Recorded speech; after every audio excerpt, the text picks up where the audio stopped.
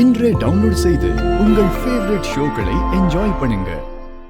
மாப்ள, முழுசா எதையும் கேட்காம அவசரப்பட்டு அந்த பொண்ணு மேல பழி போடாதீங்க. நான் சொல்ல வந்ததே வேற. மகா என்னை காப்பாத்தினதோட அதுக்கப்புறம் இன்னொரு விஷயமும் நடந்துச்சு.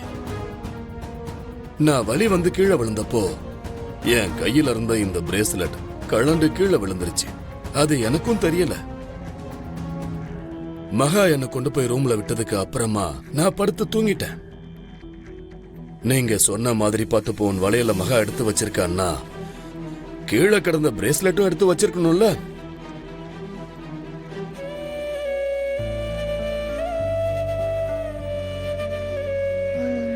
புரியலையா? இந்த பிரேஸ்லெட் கீழே கிடந்ததை பார்த்த மகா அதை எடுத்துட்டு வந்து நான் தூங்கிட்டேன்னு தெரிஞ்சு என் பக்கத்துல வச்சுட்டு போயிருக்கா. அந்த ஒரு விஷயத்தை வச்சு இவளை எப்படி நம்ம ரொம்ப நல்லவன் நம்ப முடியும்? ஆமா ப்ளீஸ், இதுக்கு மேல தயவு செஞ்சு இந்த விஷயத்தை பத்தி பேசி கிளற வேண்டான்னு நான் நினைக்கிறேன். திரும்ப திரும்ப நீங்க மகா மேல பழிய போடுறத என்னால ஏத்துக்க முடியாது. அதை தாண்டி இந்த விஷயம் திவ்யாவுக்கு தெரிஞ்சா ரொம்ப டென்ஷன் ஆவா. மகா திவ்யாவை அவ்வளவு நம்புறா. அதோட நானும் மகாவை நம்புறேன். இதையும் தாண்டி உங்களுக்கு இதை பண்ணது யாருன்னு தெரிஞ்சுக்கணும்னா நம்ம போலீஸை தான் கூப்பிடணும். போலீஸ் வந்தா அதுக்கப்புறம் இதுக்கு பின்னாடி இருக்கிற எல்லா விஷயமும் வெளியே வரும். ஏன்னா இந்த வளையல் காணாம போன விஷயத்துல என்ன நடந்ததுன்னு இந்த வீட்டில் இருக்கிற ஒருத்தரோட மனசாட்சிக்கு கண்டிப்பா தெரியும். இதுக்கு மேல இந்த விஷயத்தை பத்தி நம்ம பேசினா போலீஸை கூப்பிட்டாலும் கூப்பிட்டுருவாங்க. என்னவாமா, போலீஸை கூப்பிடலாமா? சேச்சா, அதான் நீயே வேணான்னு சொல்லிட்டியா மாப்ள? அதுக்கப்புறம் எதுக்கு போலீஸ் எல்லாம்? வளையல் வேற கிடைச்சிருச்சு. அது மட்டும் இல்லாம போலீஸ் எல்லாம் வந்தா நம்ம குடும்பத்துக்கு தானே அசிங்கம்.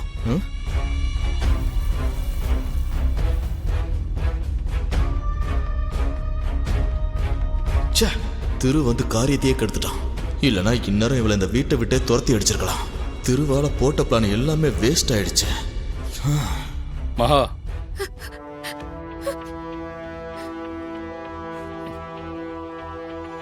இப்ப நடந்த விஷயத்தை நினைச்சு தயவு செஞ்சு ஃபீல் பண்ணாதீங்க. இப்படிலாம் நடந்திருக்கவே கூடாது, ஆனா நடந்துருச்சு. என்னால உங்க நிலைமையை புரிஞ்சுக்க முடியுது. நடந்த தப்புக்காக நான் உங்ககிட்ட சாரி கேட்டுக்கிறேன்.